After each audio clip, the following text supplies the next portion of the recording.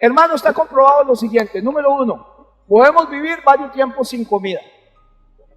Número 2, podemos resistir sin agua algunos días, tal vez menos. Y por algunos segundos podemos vivir sin aire.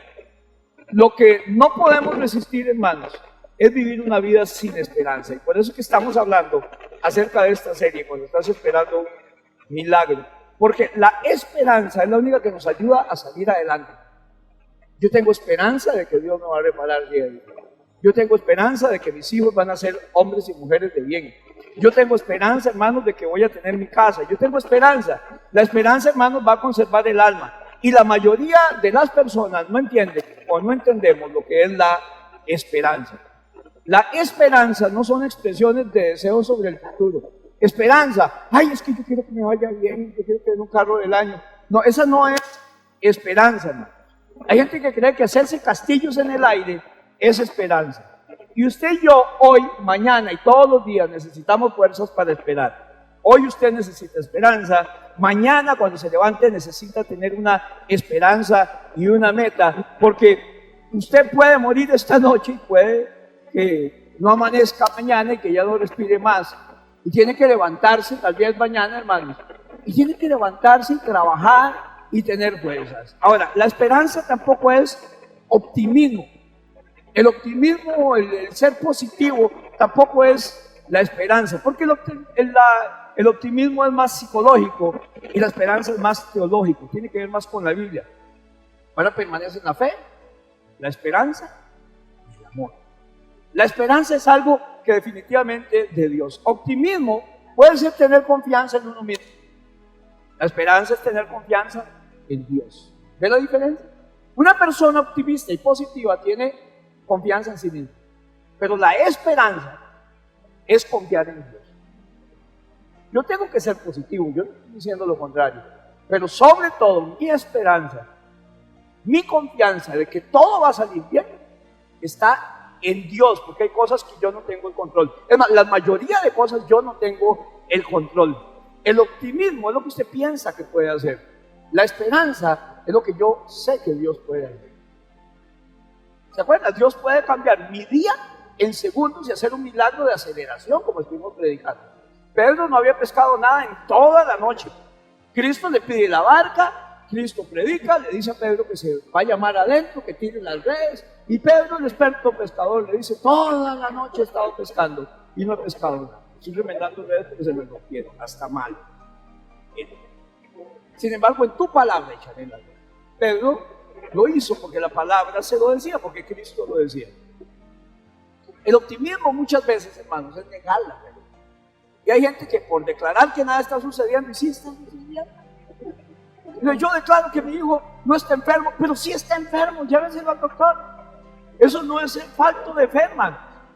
Ahora, yo creo que Dios lo va a sanar. Yo tengo programada una operación para tal fecha. Eso no es negar la realidad. Sea optimista, todo va a salir bien. Pero hay gente que cree que negando la realidad. Yo un día vinimos a evangelizar por acá y me dice: hermano, ¿cómo estoy? Y yo: bien.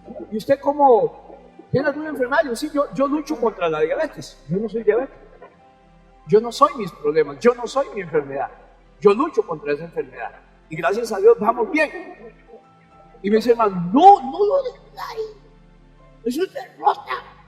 El enemigo. Y de ahí, hermano, entonces, ¿cómo voy a orar yo por eso? ¿Cómo voy a cuidarme lo que como? Porque yo no estoy luchando contra la diabetes de Dios, que ahora más tarde. Eso es cajas de helados. Aunque digan Lays, ese es el idioma. Entonces yo no reconozco, hermanos, que estoy luchando contra la diabetes. No soy diabético. Estoy luchando contra ella. Pero, hermanos, ¿cómo le pedimos a la gente que ore? Santiago dice: ¿está alguno de ustedes enfermo? Llame a los ancianos de la iglesia. ¿Cómo lo llamo? Hermano, venga para tomarse un café. No, venga para que hable conmigo.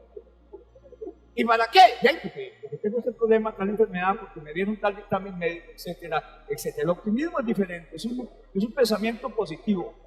No es tener esa confianza permanente, hermanos. Y a veces el optimismo lo que hace es negar el hecho de que la vida a veces tiene momentos malos y que pasamos el día malo. Espero que nunca lo haga, hermanos. Pero la esperanza ve la realidad, no niega la realidad. Dice, si algo es malo, o es muy malo, hermano, estoy pasando feo, de mal en peor, como hemos oído los testimonios de los hermanos, ¿cuánta gente se quedó sin trabajo durante la pandemia?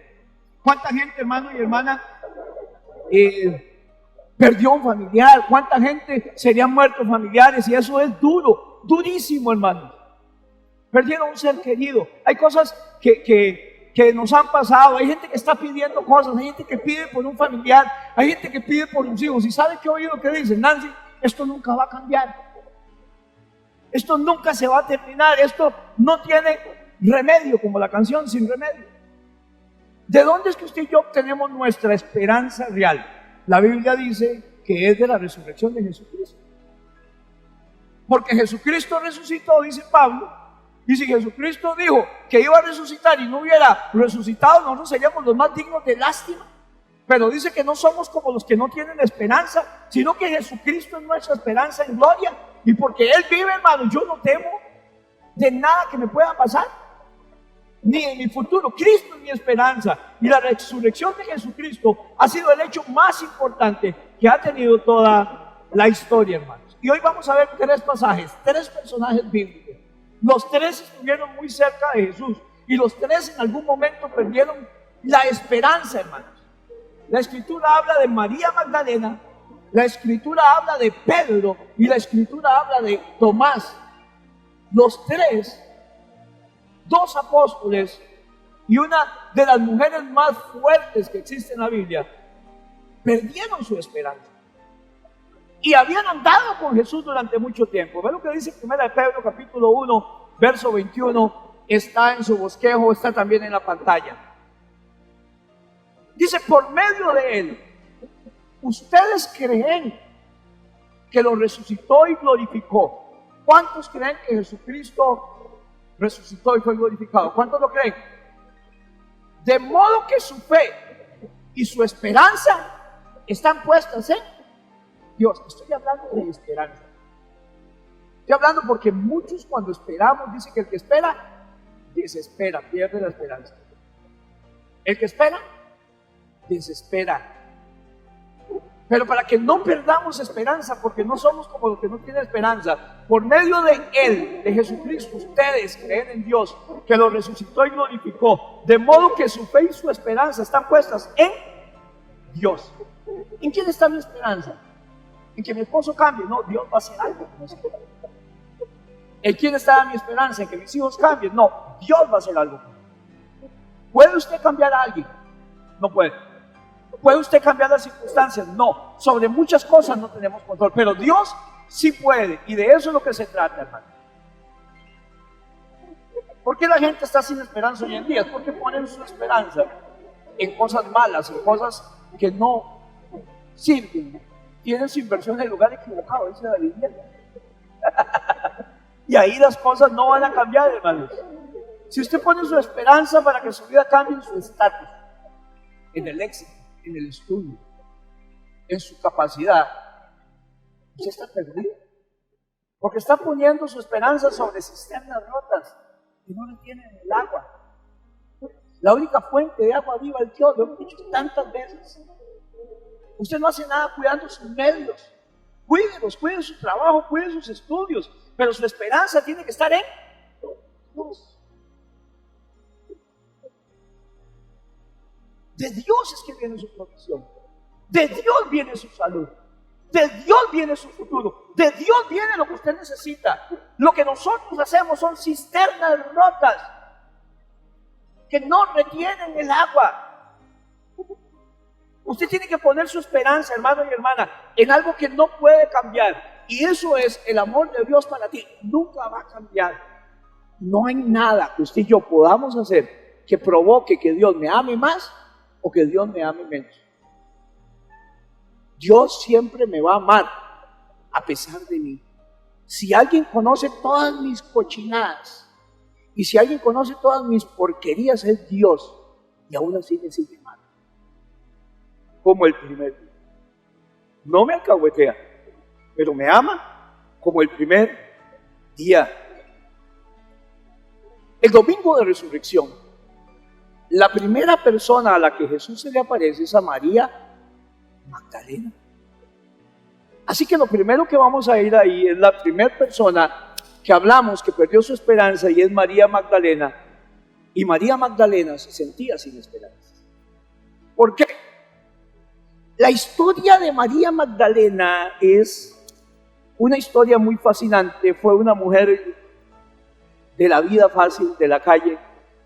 Tuvo muchas relaciones, tuvo muchos hombres en su vida, pero siempre quiso ser amada. María Magdalena luchaba por ser amada de verdad, hermanos. Y no hay nada de malo en querer ser amado. ¿Cuántos dicen amén? Todo el mundo quiere ser amado. Pero el problema es que, como María Magdalena, mucha gente no es feliz en su relación amorosa porque está buscando en los lugares equivocados y de la manera equivocada. Los hombres la utilizaban, los hombres la usaban, ella se prostituía y entonces no encontraba amor, era maltratada en un mundo machista como el que vivía en la antigüedad, en el oriente, hermanos. No había nada bueno en ella. La gente no encontraba nada bueno en ella. Todos estos hombres le rompieron el corazón, pero un día se encuentra con Jesús. Y cuando ella se encuentra con Jesucristo, por primera vez se encontró con un hombre que la dignificó, la respetó, que se preocupó más por ella, por su ser integral, que por su cuerpo. ¿Estamos bien en eso? Hoy, si usted no se mete en la historia bíblica, hermanos, no podemos sacarle todo el jugo. Ella fue usada por muchos hombres, ella quiso ser amada. Ella fue decepcionada, ya seguramente había perdido las esperanzas de encontrar a alguien que la amara porque eran muchos años y nadie la amaba, solamente quería su cuerpo, hasta que un día se encontró con Jesús. Y se encontró con un hombre hermoso que la amó de una manera pura, la dignificó, hermanos. Cristo la amaba incondicionalmente. Por fin encontró el verdadero amor, encontró quien la amara como ella quería ser amada.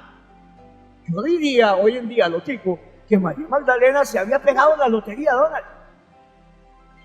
Cristo solamente la amaba, no quería nada de ella, solamente la amó, la liberó, la sacó de sus hábitos, sanó sus heridas, la defendió ante los que la perseguían, la libera de los demonios que estaba siendo atacada, hermano. Cuando Jesús fue crucificado en la cruz, todos los discípulos lo abandonaron, excepto San Juan, el menor de los discípulos. María Magdalena, María la madre de Jesús, su tía Salomé, la mamá de Juan, y esta mujer que estamos hablando, María Magdalena, ella estaba allí al pie de la cruz. Ella vio cómo Jesús había sido brutalmente asesinado, porque así fue. El único hombre que me amaba, el único que me ha respetado, fue crucificado. María Magdalena no tenía esperanza. Yo no sé si usted siente lo que yo siento. Ella había perdido toda la cosa. Era sábado, los judíos no podían preparar el cuerpo el sábado. Así que empezando el domingo, leemos San Juan 20, del 11 al 18. Ella se levanta tempranito en la mañana el domingo, va a la tumba, que estaba entre unas piedras. Todavía estaba oscuro, la Biblia dice esto en el libro de San Juan. Pero María se quedó afuera cuando llega a la tumba. Ella estaba llorando junto al sepulcro. Claro que estaba llorando, no hay nada malo de ella. Mientras lloraba, se inclinó para mirar dentro del sepulcro. Vio a dos ángeles vestidos de blanco, sentados donde había estado el cuerpo de Jesús. Uno a la cabecera y otro a los pies. ¿Por qué lloras, mujer? Es que se han llevado a mi Señor. Ni siquiera pude darle el último adiós y envolverlo como se lo merecía. Ella vino agradecida. Ella vino a limpiar el cuerpo. Ella vino a enjuagarlo con los ungüentos, con la mirra, con el aceite. Y no sé a dónde lo han puesto. Le respondió, apenas dijo esto, volvió la mirada y allí vio a Jesús de pie, Y vea qué importante, aunque no sabía que era Jesús. Siempre note cuando usted ve algo que le llame la atención. Estaba Jesús de pie, pero ella no sabía. Siempre que usted tenga problemas, hermanos, no va a ver a Dios. Cierra sus ojos. Ve más grande el problema, hermanos, que lo que Dios puede hacerlo, el mismo Dios. Ahora, ¿qué le pregunta a Jesús? Le dice, ¿por qué lloras, mujer? ¿Y a quién buscas? Ella, pensando que se trataba de que cuidaba el huerto, le dijo, Señor, si usted se lo ha llevado, dígame dónde lo ha puesto y yo iré por él. Jesús se vuelve y la llama por su nombre y le dice, María. Solo mencionó su nombre, María. Ella se volvió y exclamó, porque nadie nunca, le dijo María.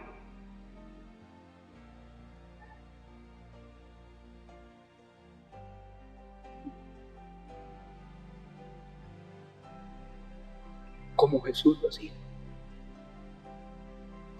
Nadie nunca va a decir su nombre como Jesús lo dice. Jesús se vuelve y le dice, María. Y María se volvió y exclamó, Raboni, lo reconoció, al oír su voz, que en arameo significa maestro. María Magdalena fue a darle las noticias a sus discípulos y les dijo, he visto al Señor. Jesús le hace dos preguntas a María. ¿Por qué estás llorando? ¿Y qué estás buscando? Las mismas dos preguntas que nos hace hoy a nosotros. ¿Por qué usted ha perdido su esperanza? ¿Por qué está llorando? Y número dos, ¿qué está buscando? ¿Por qué María estaba llorando? Porque ella había perdido el amor de su vida. Ella había perdido la esperanza de su vida. Había visto a Jesús asesinado. La Biblia dice que todavía estaba oscuro.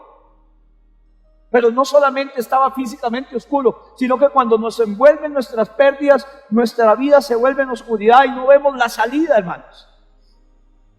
De hecho, ella no se dio cuenta lo cerca que estaba Jesús de ella. En el momento más duro en su vida, Jesús es cuando más cerca está de nosotros. Él estaba de pie con ella, hermanos. Y cuando estás de luto, cuando hemos tenido una pérdida, no pensamos con claridad ni vemos con claridad. Se nubla nuestra visión, se limita la perspectiva, perdemos la perspectiva del asunto, hermanos. Si usted ha perdido un trabajo, si perdió un ser querido, si perdió un sueño, si ha tenido una pérdida importante en su vida, hermanos, perdemos la perspectiva y nuestra visión no es tan clara. Agar, cuando vio que su hijo moría de sed y lloraba, dice que se apartó unos tantos metros para no verlo morir. Y Jesús se vuelve, Dios la llama y le dice, Agar, ¿qué te pasa? Le dice que mi hijo se muere de sed. Y dice que Dios abrió los ojos de Agar y ella vio un poco de agua que había por allí.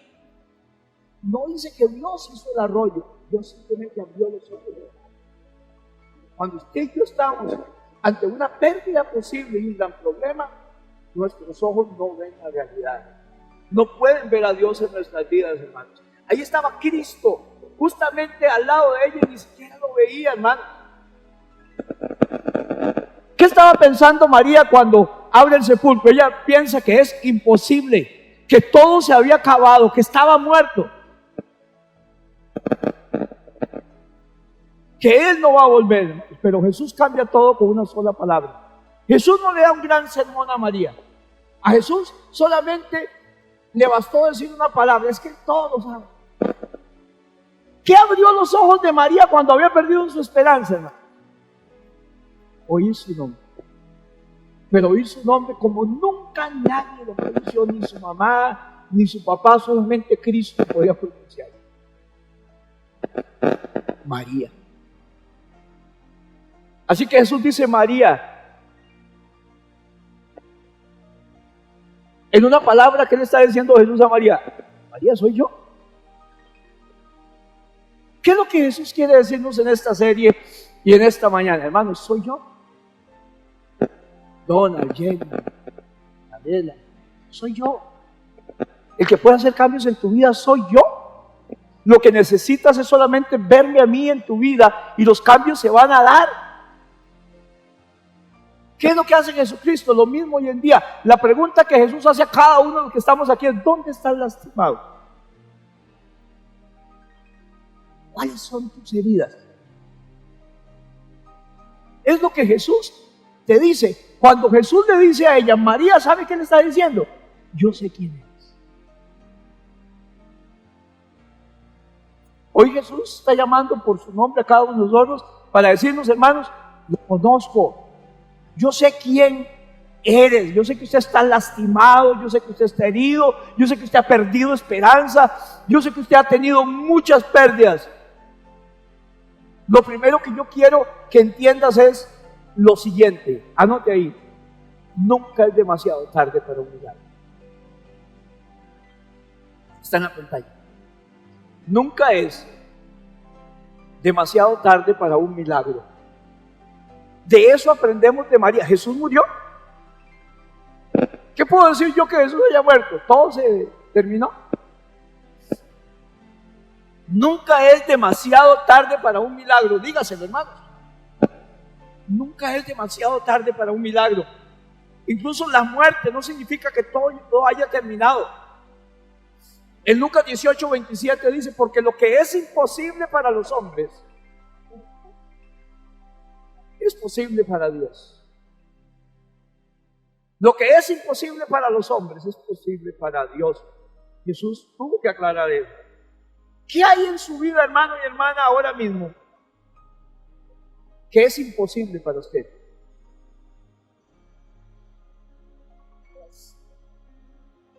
Que nunca va a suceder. Eso es lo que usted piensa. Se acabó. Que está muerto, ya está hecho, no va a suceder. Que es imposible. Hermano, le voy a decir algo. Si usted busca un diccionario en el cielo, no aparece la palabra imposible. Porque todo es posible para el que cree. Para Dios no hay nada imposible. No está en el vocabulario de Dios, hermano. Voy a hacerle las mismas dos preguntas que Jesús le hizo a María. ¿Por qué usted está llorando? ¿Qué es lo que provoca que usted está llorando? ¿Su familia? El maltrato, sus pérdidas materiales. ¿Y qué estás buscando? Usted analiza estas dos preguntas, hermano. Tienen grandes consecuencias. ¿Por qué estás llorando? ¿Qué estás buscando? ¿Qué quieres? ¿Qué lo hace estar enojado? ¿Qué la hace estar decepcionada? ¿Qué causa aflicción en su vida? ¿Cuál es esa gran pérdida que usted tiene en su vida? Que cuando piensa en eso se vuelve melancólico y depresivo. Lo entristece. Un puesto de trabajo, una inversión, errores, hermanos, en el hogar, la pérdida de un sueño. ¿Qué está buscando? ¿Y qué cree usted que lo va a hacer feliz? ¿Qué cree usted que va a satisfacer sus necesidades? Que va a quitarte ese dolor, hermanos. Independientemente de lo que usted crea, independientemente del número de fracasos que haya tenido, como le pasó a María, o de las relaciones, hermanos. Jesús le dice: yo sé quién eres. Y algo más, le dice: yo sé lo que tú necesitas. A veces creemos que hay cosas que van a venir a darme la felicidad y que van a venir a arreglar todo, y no es eso lo que ocupamos. ¿Sabe que hay cosas que Dios va a quitar de su vida y usted todavía las está anhelando y fue Dios el que se las quitó? Porque a veces nosotros nos apegamos, hermanos, a cosas que nos están hiriendo, a relaciones tóxicas, y yo no sé qué voy a hacer si esta persona me deja, y es el diablo con vestido azul, como es la canción. Si usted cree que todo se terminó, hermano, usted llegó un buen día a esta iglesia. Nunca es demasiado tarde para que usted reciba su milagro. Él es el que va a devolver tu esperanza. Él es tu sanador. Así que cuando Jesús murió en la cruz del Calvario, los discípulos no solo estaban decepcionados, sino que estaban devastados, estaban tristes, hermanos, desmoralizados y derrotados. Para ellos, ¿qué estaba pasando? Jesús era el Mesías y murió, ¿no? Se acabó el amor. María había perdido las esperanzas, pero se encontró con Jesús y Jesús le dijo: ¿por qué lloras? ¿Qué estás buscando? El segundo personaje que hablamos, que había perdido las esperanzas, era Tomás. Tomás se sentía sin esperanza. He hablado de Tomás llamado Dídimo, uno de los discípulos. Tomás, el rey de la duda, el incrédulo. Uno de los 12 discípulos llamado Tomás. Y es bueno tener dudas, porque las dudas de Tomás eran honestas. Es que hay gente hoy en día que todo se lo trae. Y parece un burro de portal, o parece un porfiado, los que andaban los taxistas antes, que ponían un muñequito adelante, yo no sé si así como estaba viendo, ponían un burrito ahí adelante y ponían, los porfiados eran diferentes, y entonces el carro como se movía iba así, y a todos le decían que sí. Hay hermanos que cuando ven en internet a todos le dicen que sí. Por eso Tomás extraemos lo bueno y tenía dudas buenas. A Tomás le dicen que Cristo resucitó. Y dice Tomás, tengo que verlo. Tengo que poner las manos en las heridas. Ver para creer. Ver para creer. Así que no critiquemos tanto a Tomás. Era simplemente un tipo que no siempre aceptaba de un sentido lo que se decía. Él quería verlo por sí mismo. Y hay un escepticismo que es bueno, y Tomás lo tenía. La Biblia dice que usted es un tonto si cree todo lo que ve. Eso es el necio. Todo lo que oye y todo lo que ve lo cree. Si usted ve Facebook, Chayanne ha muerto como 72 veces.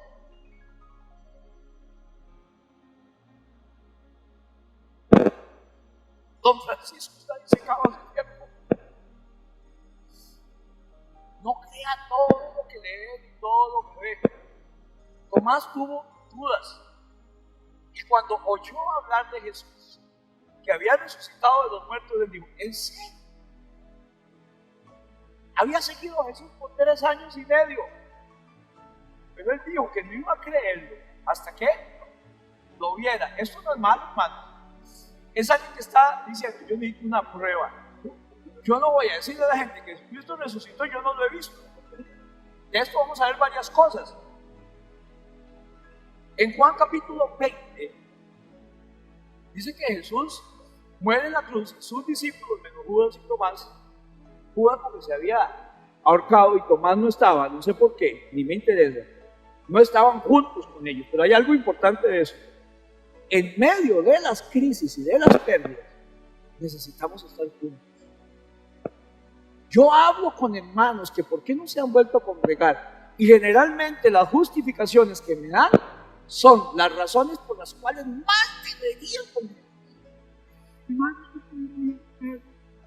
Y era lo que pasé, y después fui deprimido, y es que me quedé sin trabajo, y es que vieras esto, y digo, con mucho más razón debería haber. Por eso son los grupos pequeños, por eso las reuniones de varones, de caballeros, de jóvenes, porque allí hacemos una alianza con gente de más confianza. Es más difícil tener confianza en un culto como estos, y entre más crezcamos es más difícil. Por eso estamos implementando este año más los grupos pequeños, para que usted tenga grupos de confianza, y que se hablen, y que oren, y que cuando hay circunstancias que se den cuenta de alguien del grupo y no se pueden, pues nos las pasen a nosotros.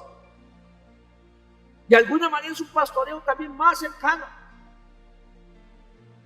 Nunca pretenda ir solo por esta vida, hermano y hermana. Nunca pretenda caminar sola por esta vida. Necesita un grupo pequeño. Es necesario un grupo de apoyo. Necesita personas que estén con usted cuando lleguen los tiempos difíciles. Y si usted no tiene un grupo pequeño, hemos organizado grupos pequeños y habla con su rey y dice, hey, yo quiero hacer un grupo pequeño en mi casa. Un devocional familiar, un altar familiar. Y después cuando se van dando las circunstancias invite más gente, pero no puede viajar solo por la vida. La Biblia dice esto de Tomás. ¿Por qué Tomás dudó? Porque si hubiera estado con los discípulos cuando Jesús murió, ese mismo día hubiera visto a Jesús entrar y atravesar las paredes y aparecerse, si no hubiera tenido ninguna duda, ¿cierto? Lo peor que uno hace, hermanos, es aislarse. Esto es lo que dice la Biblia. Entró Jesús y poniéndose en medio de ellos los saludó. La paz sea con ustedes. Dicho esto, le mostró las manos y el costado donde había sido herido con lanza. Al ver al Señor, los discípulos se alejaron.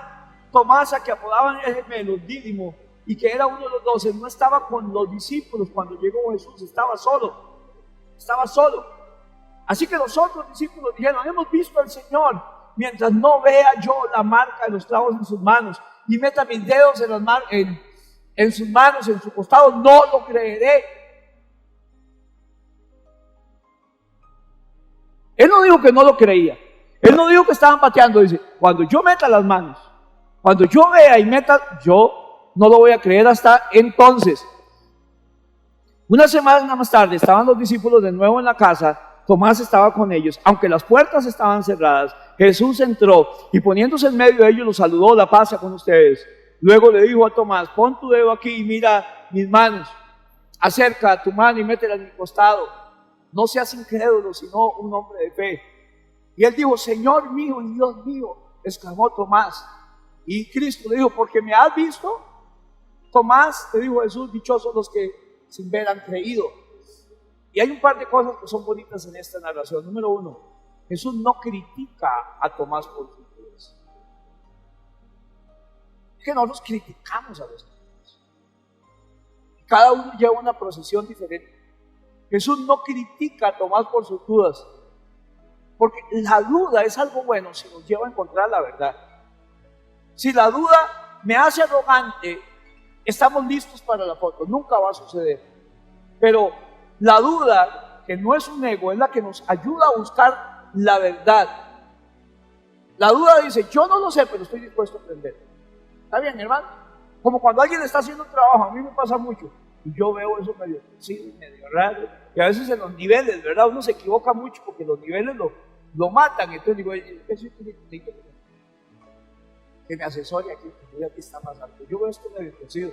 Si la persona me da con medidas y me dice: vea, es que es una cuestión de visión, pero aquí están los niveles, vea las marcas. Yo, ok, perdón, creí que era marcón. Perdón, creí que era marcón. La duda que nos lleva a la verdad es buena. Jesús no critica a Tomás porque duda, ¿está bien? Lo segundo que Jesús no hace es que no regañó a Tomás por sus dudas. Eso no dice: ay, Tomás, 3 años y medio, no he aprendido nada. Pago. ¿Qué ganas de seguir con usted? Él solo le dijo: Tomás, esto es lo que usted dijo que quería ver. Aquí está la prueba, aquí está la prueba. Meta sus manos y sus dedos en mi costado y en mis manos. Mire mis heridas, soy yo, no soy un fantasma. Poco más tarde, Tomás nada más le dice: Señor mío y Dios mío. Y este es el segundo punto, póngalo allí. Nunca es demasiado tarde para un milagro como María Magdalena, y nunca es demasiado tarde para empezar a creer. Nunca es demasiado tarde para empezar a creer.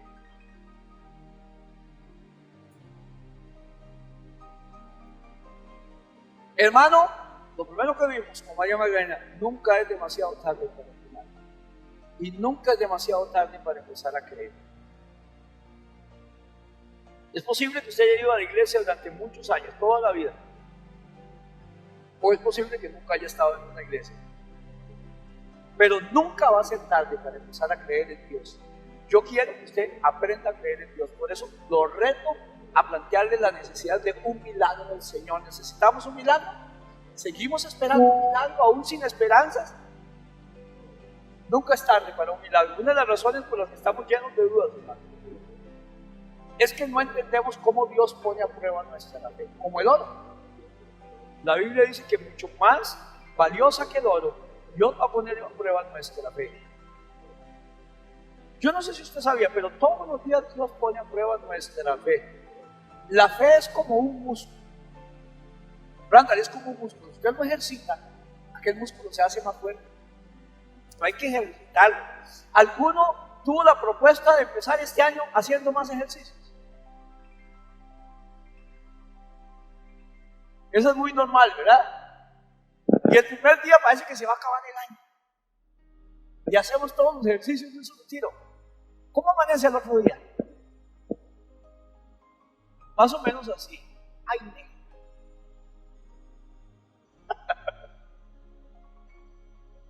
¿Alguien me narró eso? ¿O usted? No. La fe tiene que ser a prueba como un músculo, hermanos, que se debe ejercitar y trabajarlo y fortalecerlo. Y hay que trabajar ese músculo. Y la única manera de crecer en la fe es cuando Dios la pone a prueba. Y es aquí donde quiero que veamos las tres fases que vamos a estar estudiando durante estos días en su casa. Les llamamos las tres fases de la fe. Y es para que tenga más sentido, hermanos, y le ahorre un montón de problemas mientras usted espera un milagro. Porque usted va a decir, estoy en la fase 3, en la fase 4, me devuelvo a la 2, estoy en la 5. Número 1, apunte. La primera fase cuando usted está esperando un milagro de la fe es un sueño.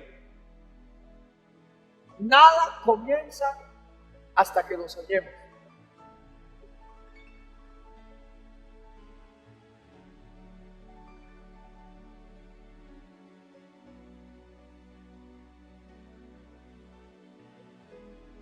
La primera fase, cuando usted y yo estamos esperando un milagro, vale que es pequeñita, es un sueño. A veces tenemos que se nos traba ahí el programa. Todo comienza con un sueño. Nadie pone un negocio hasta que lo sueña. Nadie adquiere una casa hasta que la sueña. Nadie compra un carro hasta que lo sueña.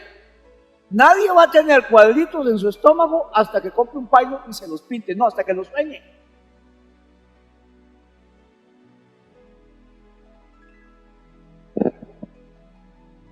Todo empieza con un sueño.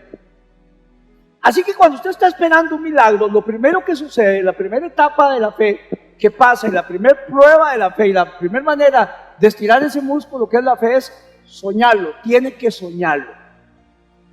Pero hay hermanos que dicen, le estoy orando al Señor y siguen en el sueño. Y como dice el escritor Calderón de la Barca, la vida es sueño y los sueños, sueños son. Si usted solamente sueña, es un sueño. Hay gente que tiene unos sueños cavernícolas, terroríficos. Pero comieron un modo de pizza con 2 capas de queso y el queso cuesta mucho digerirlo, hermano. Y cuando usted come pizza en la noche, va a tener sueños de pizza. Y cuando un hermano llega a contarle un sueño, lo primero que le digo es, ¿qué comió anoche? Para saber por dónde le entramos, porque si su sueño es digestivo. Así que la primera etapa de un milagro es un sueño. La etapa número 2 de un milagro, donde ejercitamos nuestra fe, es una decisión. Usted no puede quedarse en el sueño. Tiene que ir en pos del sueño.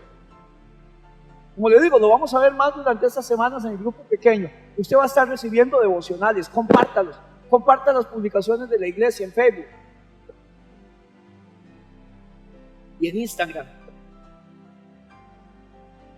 Lo segundo que usted tiene que hacer es tomar una decisión. Es ir en pos de ese sueño. Porque los sueños no tienen ningún sentido a menos que usted haga algo por alcanzarlos. ¿Quiere una casa?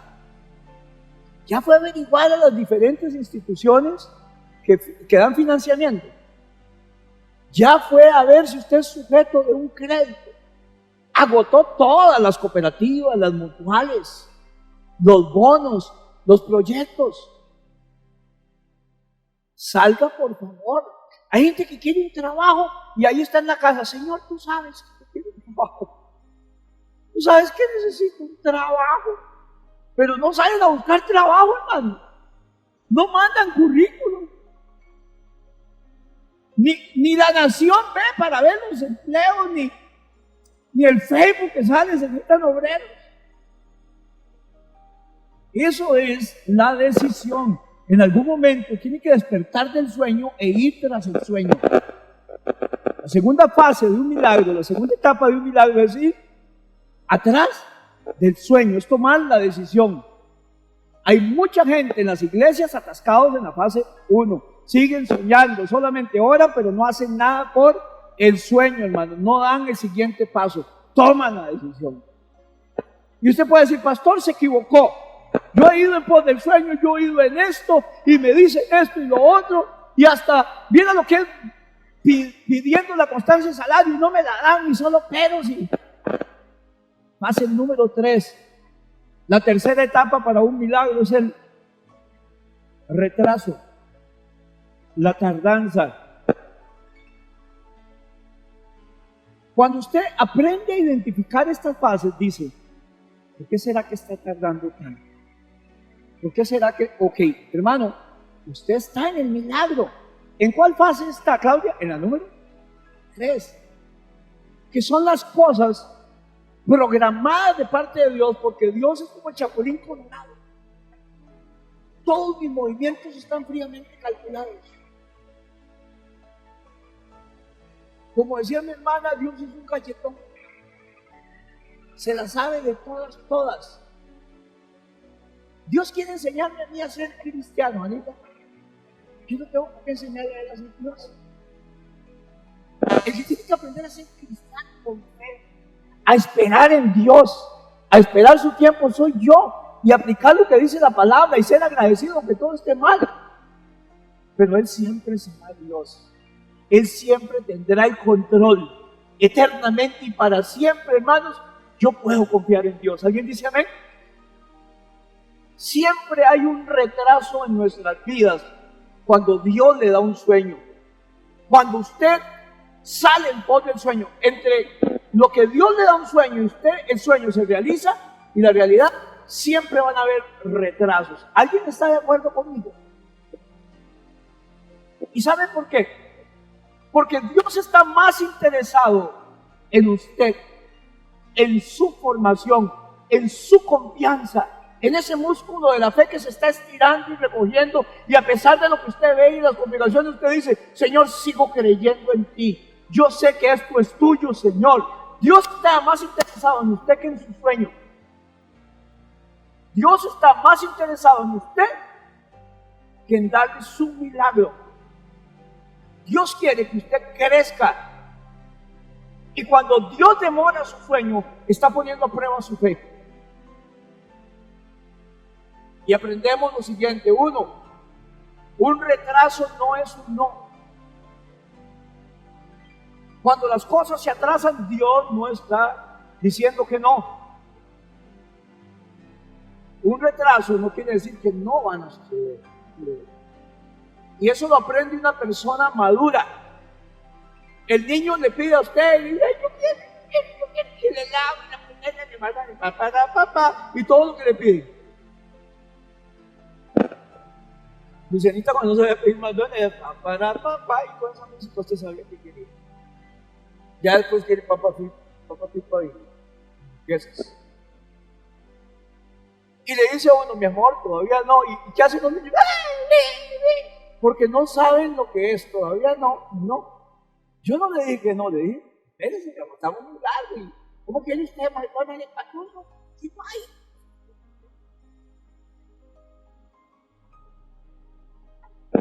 Yo sé que aquí no. Los niños no hacen esa diferencia. La persona mayor sí tiene que hacerlo. La persona madura sí tiene que aprenderlo. Cuando Dios le dice no es una cosa, pero a veces Dios no nos dice no, nos dice y aquí es donde vienen los retrasos. ¿Estamos bien? Número 4. Todas estas fases es lo que vamos a estar estudiando en la casa. Número 4. La cuarta fase, cuando usted está esperando un milagro, son las dificultades. ¿Le pasa? Estoy dudando un montón y todavía vienen un montón de dificultades y de peros y de papeles y se extraviaron. Y ya cuando todo estaba, me cambiaron a la persona que me estaba ayudando ahí. Y es que hace años yo no tenía casa y tenía un amigo mío que había estado salonero y atendió a un señor que se llama Denis Urbina, no se me olvida. Era el presidente de Lima, Mario.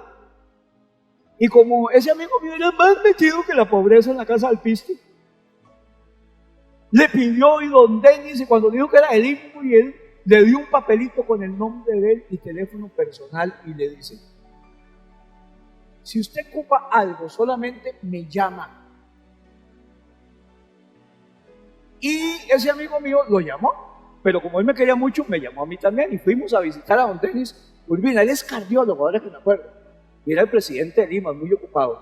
Y Osquitar en la reunión nos dijo, llenen esta solicitud que la va a la secretaria, yo la voy a firmar. Cuando llegue a junta directiva, yo la apruebo y ustedes tienen la casa. ¿Qué les parece? Nati ya tenía casa. Lo dijo el presidente de Limas, y había una organización de Limas allá por el seguro, donde yo me congregaba. Randa ya está listo, ¿verdad? Una semana y lo echaron.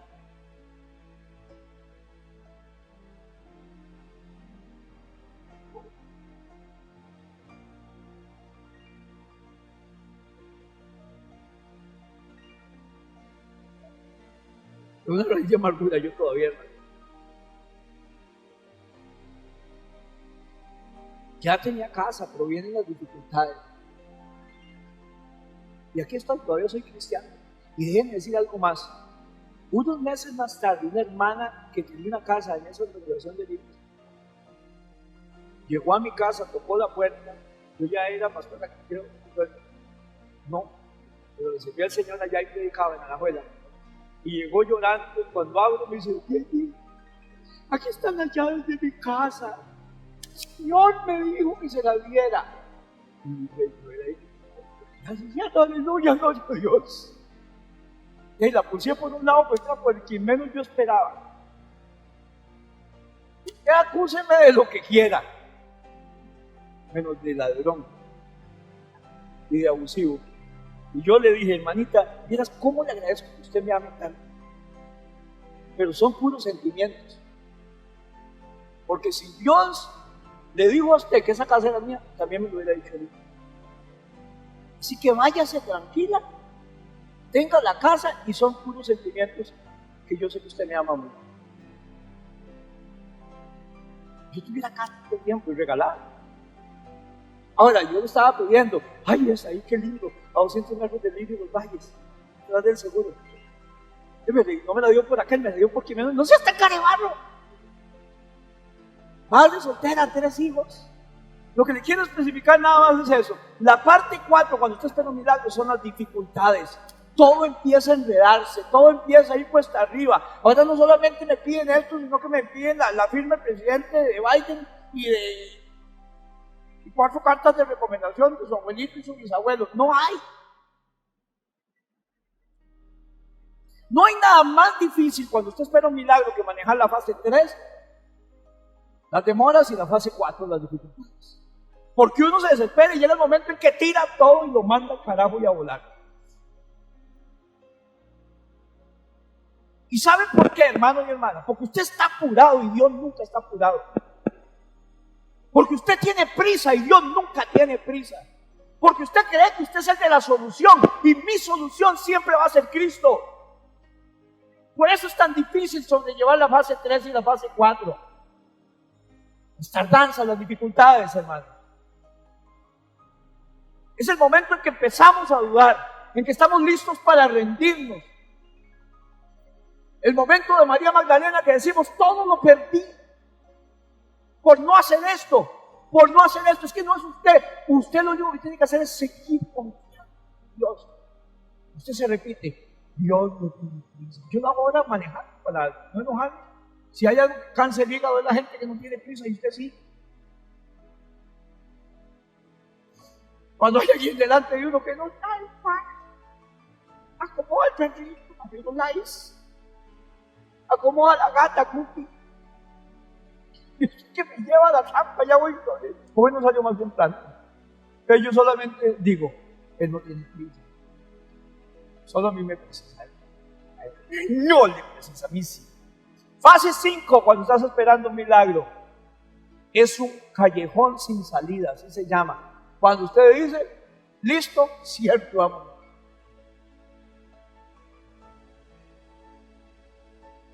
Estaba mi hermano Eduardo Villalobos, tenían que hacer el segundo cateterismo cardíaco al famoso Cuco. Y lo llaman un día para internarlo. Y Cuco es de los que se maja un dedo para enojarse mañana. Y después de que lo internan, el doctor agarra todos los papeles y no los habían mandado al hospital. Y estuvo internado y en ayunas. Y es que Cuco.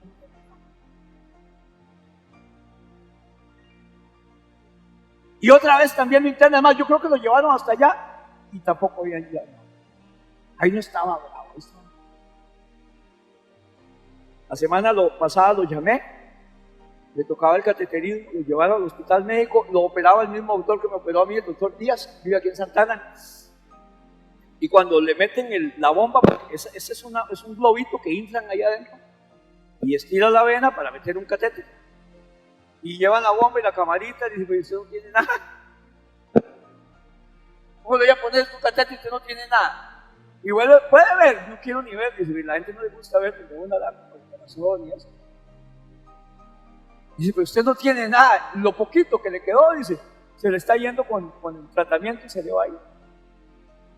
Hermano, voy a repetir algo que todo cristiano tiene que saber antes de morir. Por algo suceden las cosas. Por algo no suceden las cosas. Por algo no salió lo que quería, por algo sí salió.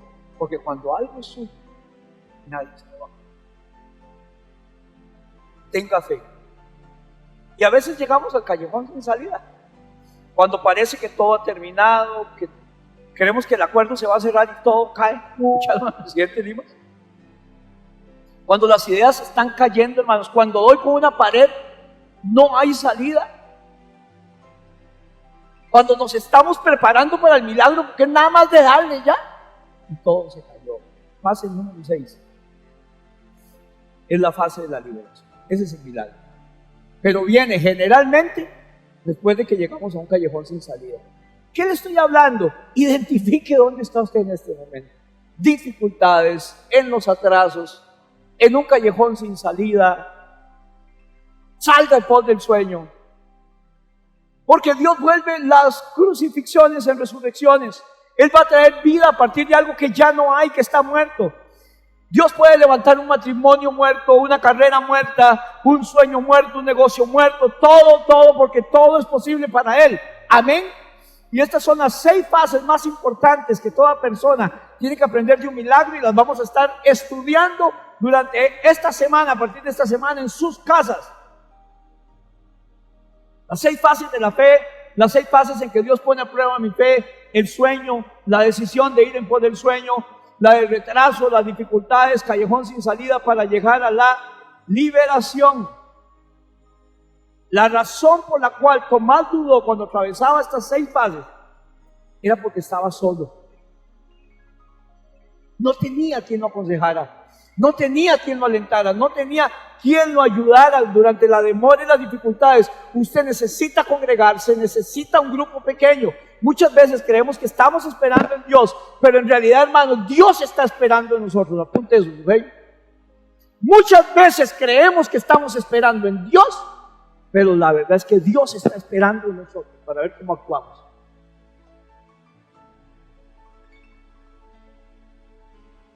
Muchas veces creemos que estamos esperando en Dios, pero la realidad es que Dios está esperando en nosotros. Está esperando que nosotros tomemos la decisión de seguir su camino a pesar del atraso, a pesar del callejón sin salida y las pérdidas. Segunda de Pedro 3:9 dice: porque el Señor no tarda en cumplir su promesa, según entienden algunos la tardanza.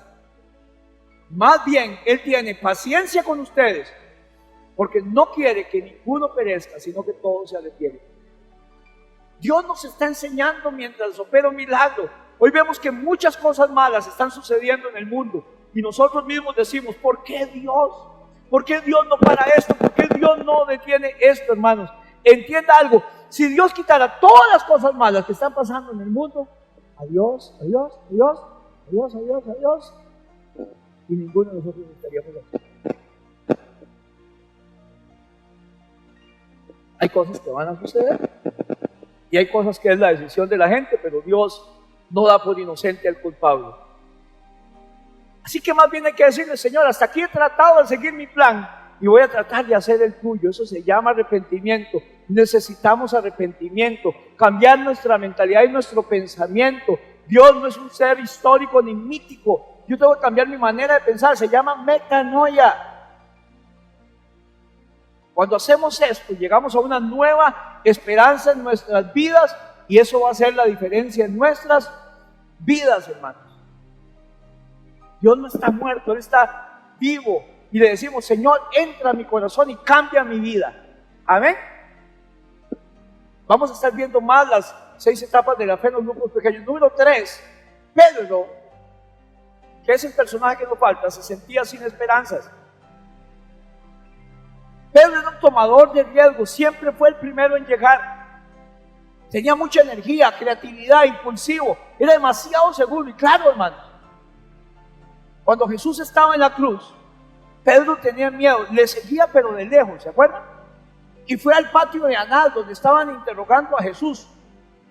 Pero dice que antes de esto, Jesús dijo que iba a morir y que lo iban a entregar. Y entonces Pedro dijo también el Señor: Simón, Simón, Satanás os ha pedido para zarandearos como a trigo, pero yo he rogado por ti para que tu fe no falte. Y una vez que tú hayas vuelto, porque el Señor sabía que Pedro iba a volver, no se iba a quedar ahí, ve y confirma a tus hermanos. Y él le dijo: Señor, dispuesto estoy a ir contigo no solo a la cárcel, sino también a la muerte. Y le dice: Señor, tranquilo, Pedro, tranquilo. Pedro, te voy a decir lo siguiente: que el gallo no va a cantar hoy. El gallo cantó una vez. El gallo no va a cantar hoy antes que tú me niegues 3 veces. Pedro le negó 3 veces y después cantó el gallo. Eso fue lo que le pasó a Pedro, hermanos.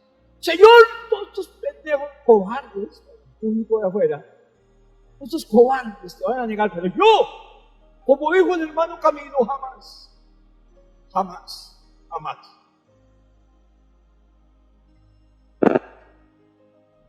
Cuando Jesús fue llevado a juicio, que fue golpeado y maltratado, Pedro le seguía de lejos, solo también, y le negó 3 veces. Cuando escuchó el canto del gallo a la mañana siguiente, dice que Jesús lo volvió a ver, dice un evangelista. Esa mirada es... Jesús estaba maltratado, él estaba, y le corre sangre por su frente, por su espalda. El gallo canta. ¿Usted cree que Jesús se volvió a ver a Pedro para decirle: se lo dije? Es una palabra que ni en matrimonio, si menos Jesús la dice. Que Jesús sabía que Pedro estaba destrozado. Cuando el gallo cantó, hermanos, destrozó a Pedro. Jesús nada más se levantó y lo volvió a ver. Dice que Pedro lloró amargo. Fue el peor fracaso de su vida. ¿Cuál es el fracaso más grande que usted ha tenido en su vida, hermano? ¿En qué hemos caído y le hemos fallado al Señor? El hombre con el que había vivido durante 3 años y medio, que se creía de un carácter tan fuerte y imbatible que nada le iba a pasar, que tenía que haber mucha leña debajo del fuego para quemarlo. Acababa de negarlo no 1 ni 2, sino 3. Y eso porque Jesús dijo 3. María estaba desesperada porque creyó que era demasiado tarde. Nunca va a suceder, se acabó. Tomás estaba destrozado y sin esperanza porque creyó que era inútil. Las dudas y el temor que había en su corazón. Y Pedro se sentía desesperado por la culpa y el remordimiento que llevaba. Y pensó que nunca iba a ser perdonado. Juan 21, del 1 al 7 dice: después de esto, Jesús se manifestó otra vez a los discípulos junto al mar de Tiberia, la 3ª vez que Jesús se le mostró a los discípulos desde que había resucitado de la muerte. Y se manifestó de esta manera: después de haber resucitado entre los muertos, entonces cuando habían acabado de desayunar, Jesús dijo a Simón Pedro: Simón, hijo de Juan o hijo de Jonás, ¿me amas más que estos? Y Pedro le dijo: sí, Señor, tú sabes que te quiero. Jesús le dijo: apacienta mis corderos. Y volvió a decirle por 2ª vez: Simón, hijo de Juan, ¿me amas? Pedro le dijo: sí, Señor, tú sabes que te quiero. Jesús le dijo: pastorea mis ovejas. Y le dijo por 3ª vez: Simón, hijo de Juan, ¿me quieres? Y Pedro se entristeció. Me acaba de sonar otro gallo.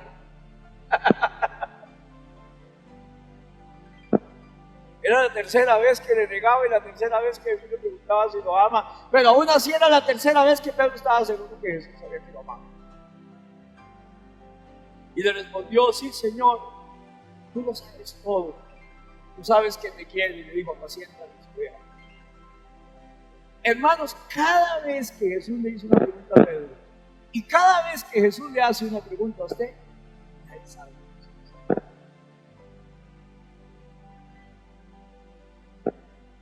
¿Por qué estás llorando? ¿Qué es lo que quieres? ¿Cuántas preguntas el Señor no sabe qué puede de la vida? Ya sabe la respuesta. A Jacob, cuando está peleando con el Señor, con el ángel, dice: ¿cómo te llamas?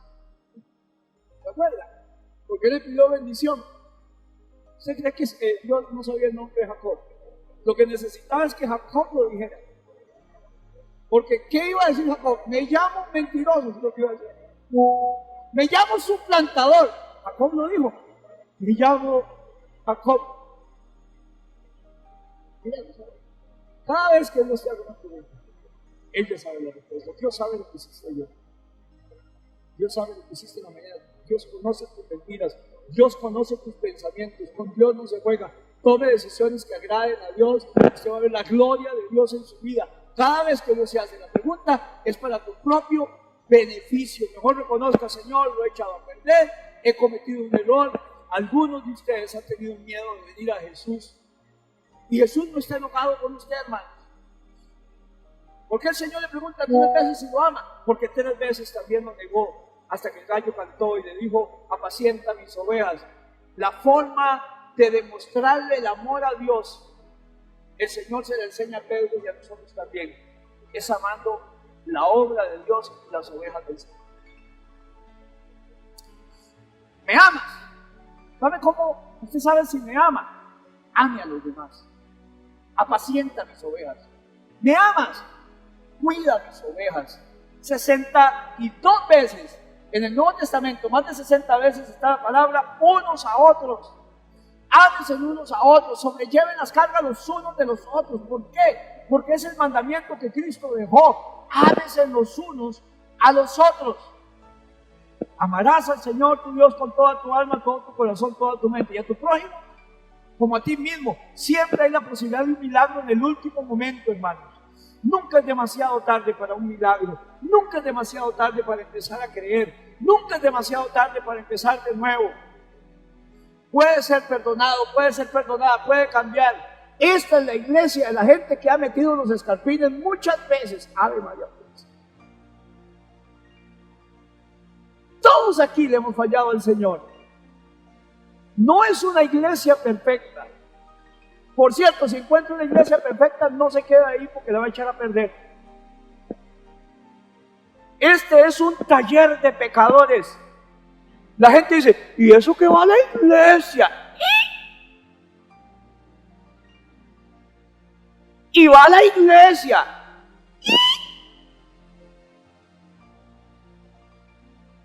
Yo no voy a la iglesia porque ahí hay un montón de hipócritas. Descubrió el agua tibia. Aquí hay un montón de hipócritas. Y en el supermercado también, y ahí vas, ¿verdad? En la escuela también, y ahí vas. En la universidad está así de hipócritas y vas. Y en tu trabajo hay un montón de hipócritas y vas. ¿Sí? La iglesia no es el cielo. Algún día en el cielo no van a haber hipócritas. Pero aquí el Señor nos está preparando para llevarnos a un lugar perfecto. Y allí no hay nada de hipócritas ni de problemas. Pero venga, no se hipócrita. Así que María dijo: todo se acabó y lo perdí todo. Tomás tuvo esa esperanza por el miedo y Pedro por la culpa y la vergüenza. Sin embargo, esas 3 personas fueron transformadas por la esperanza. 2 Corintios 5:17 dice: por lo tanto, si alguno está en Cristo, nueva persona es, las cosas viejas han pasado y ha llegado lo nuevo. ¿Cuántos están en Cristo? Todo su pasado quedó borrado en Cristo. Nunca es demasiado tarde, ponga, para empezar de nuevo.